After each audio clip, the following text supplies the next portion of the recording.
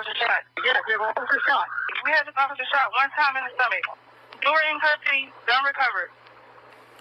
New dispatch audio from Broadcastify capturing the chaos in Overbrook when a 26-year-old Philadelphia police officer is shot while trying to break up a fight. That officer, on the job for about a year, shot right outside Overbrook High School around dismissal time. This is the 10 o'clock news. I'm Sheba Russell. And I'm Dawn Timoney. There are still a lot of questions emerging tonight after this tragic shooting, but here is what we know right now. Philadelphia police say the fight involving kids broke out just before 3 o'clock this afternoon near the 1900 block of North 59th Street. Police say someone called a 30-year-old man who they say showed up at the brawl armed and fired a shot at the ground. That bullet ricocheting and hitting the police officer in the stomach under his ballistic vest. Now, wait a minute. You have a 30-year-old that's called to a kids fight. It's bad enough that the kids are out there fighting. When adults show up, shouldn't they be de-escalating the matter and helping to calm down this situation and send those children, disperse them and send them about their business? Because the adults should know the outcome of somebody losing an eye, somebody losing their life, somebody getting badly hurt. Well, why wouldn't this adult see clear enough to say, well, these other children need help too. These are somebody else's kids that I'm not related to. I don't have vested interest in them, but somebody cares about them. That man is now in police custody. The police officer is hospitalized in critical condition. Fox 29 has you covered as new details continue to unfold. Right now, our Steve Keeley is outside the hospital where the officer was rushed for surgery. But we begin with Chris O'Connell. And Chris, you were able to obtain the video showing that brawl. We were, Sheba, but first and foremost, that Philadelphia police officer remains in critical condition at Presbyterian Hospital tonight after being shot during a street fight outside of Overbrook High School. Police say a man, a 30-year-old, who was called to that street fight, showed up with a gun and started firing. The chaos after classes let out at Overbrook High School caught on video obtained by Fox 29.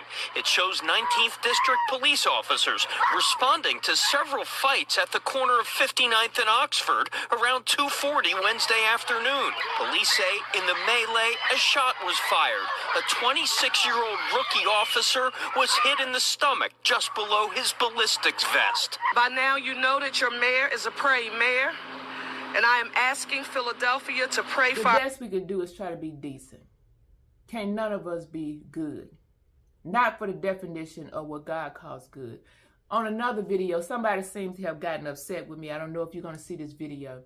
And they responded, I am good. I'm a good person.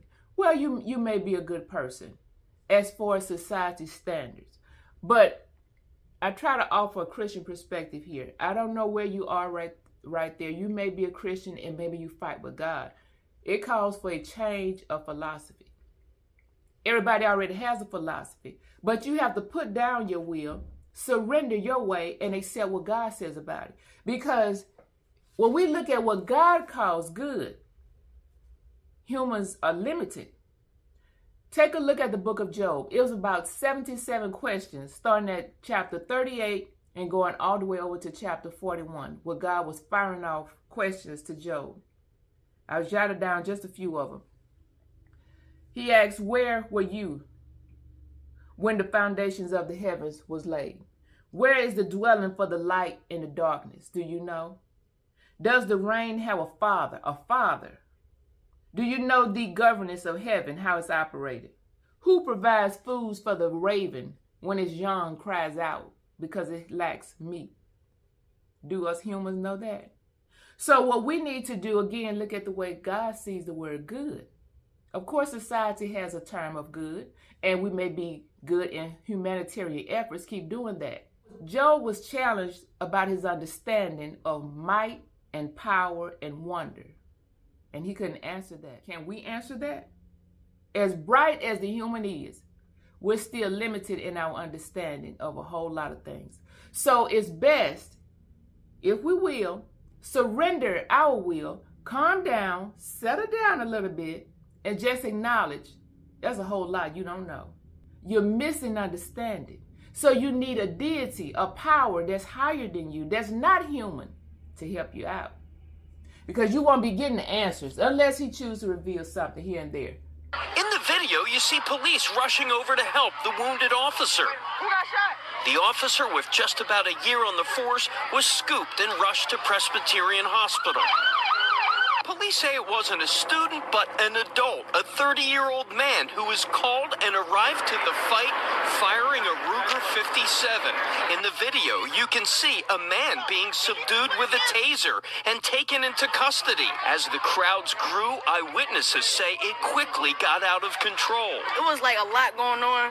Officers, it was just like, it was just everything going on, and people was fighting. Then you seen a cop bleeding, he got in a car. As investigators comb the crime scene and tow away a car as evidence, outside Presbyterian Hospital, Philly's police commissioner with an emotional, frustrating response. When you are an adult, you're a damn adult.